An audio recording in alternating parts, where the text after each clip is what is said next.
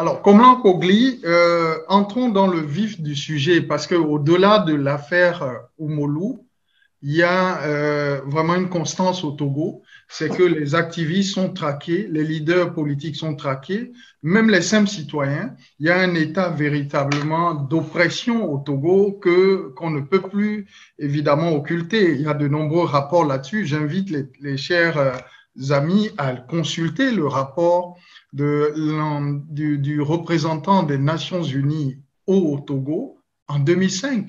Doudou Dieng avait fait un très bon rapport sur la situation sociopolitique au Togo et les violences électorales, où plus de 1000 personnes ont été exécutées. Donc, il y a des réalités, il y a des faits. Comment vous expliquez aujourd'hui le paradoxe togolais? D'un côté, on estime que c'est un État démocratique. Le chef de l'État togolais est reçu par l'ensemble de ses pairs européens et même africains. La CEDEAO, les Nations Unies et puis l'Union africaine créditent votre pays d'être un pays stable, un pays pacifique, un pays où l'État de droit et la démocratie sont vantés, dixit ces organisations. De l'autre côté, vous avez l'opposition qui est complètement traquée. Vous avez un chef de file de l'opposition, j'allais presque dire un leader politique qui dit avoir gagné les résultats, les élections passées sur la foi des procès-verbaux, qui est en fuite. Vous avez le prélat qui a présidé la conférence nationale souveraine au Togo, qui est aujourd'hui en exil. Comment vous expliquez ce que j'appelle le paradoxe togolais aujourd'hui? Alors, à mon avis, il n'y a pas de paradoxe, c'est-à-dire que les pays occidentaux, d'une manière générale, toutes les institutions que vous venez de citer, ont pour caractéristique de cautionner tous les régimes criminels dans ce monde. Et ces pays-là ont des intérêts. Le monde fonctionne sur des intérêts, comme le général de Gaulle le disait, l'un des criminels les plus patentés dans l'histoire de l'Afrique. Eh bien, le général de Gaulle disait que les pays n'ont pas d'amis, ils n'ont que d'intérêts. Donc, en fonction de ces intérêts, il y a les considérations géopolitiques qui entrent en matière. Donc, l'Afrique présente un intérêt évident depuis des siècles et des siècles. Voilà pourquoi l'Afrique risque de rester dans la situation où elle est si les Africains eux-mêmes n'assument pas leurs responsabilités devant l'histoire. Ceci étant dit, prenons votre pays, ouvrons une petite parenthèse. C'est intéressant la perche que vous venez de tendre. Quel intérêt géopolitique votre pays représente aujourd'hui pour les puissances internationales? Tout d'abord, il faut savoir que le Togo est le seul pays qui dispose de ports en eau profonde dans la sous-région.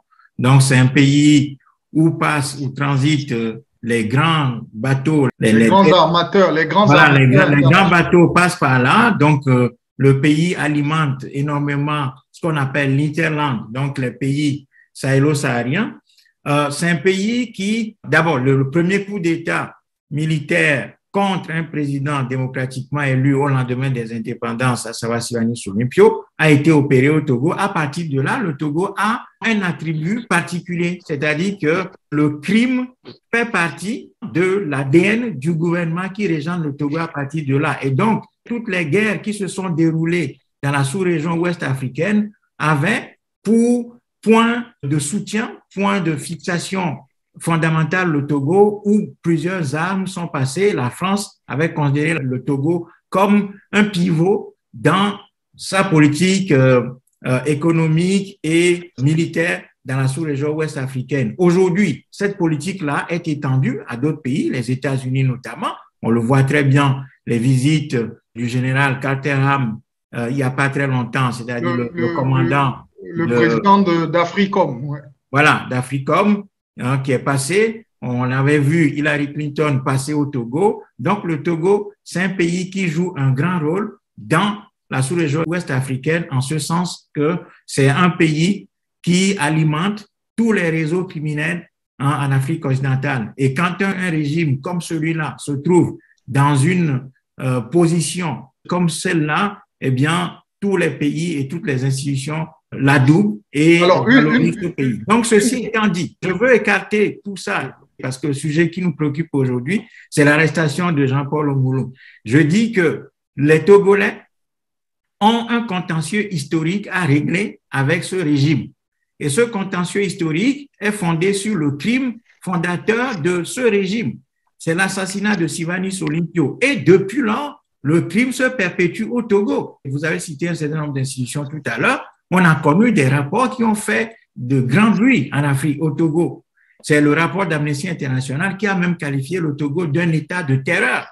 Donc, cette terreur-là subsiste et continue. À partir de ce moment, les Togolais sont en droit de se mobiliser contre ce régime-là. Donc, Jean-Paul Omoulou, qui est aujourd'hui entre les mains de ce régime tyrannique héréditaire de type colonial, est tout à fait dans son rôle de citoyen, en dehors même des considérations constitutionnelles. La destinée humaine, c'est la liberté. Et aucun pan du pays, aucun natif du Togo n'a aucun droit d'empêcher les autres Togolais de jouir des biens qui sont les biens collectifs à nous tous. Aujourd'hui, le rapport de force est en faveur de ce régime. Nous l'admettons. Ce régime nous inflige des défaites, nous l'admettons. Mais nous, maintenant, nous devons tirer tous les enseignements de cette défaite momentanée pour pouvoir construire la riposte de manière proportionnelle. Parce que c'est de ça qu'il s'agit. Donc, l'arrestation de Jean-Paul Omoulou, au-delà des condamnations que nous émettons, nous sommes tout à fait, en tant que Togolais, appelés à nous organiser, non seulement pour le libérer, mais aussi pour libérer l'ensemble des prisonniers politiques qui sont détenus au Togo. Et surtout, le must, c'est la libération de notre pays, qui est devenu une prison à ciel ouvert sous la dynastie Gnassingbé. Et ça, nous n'allons pas l'accepter plus en avant.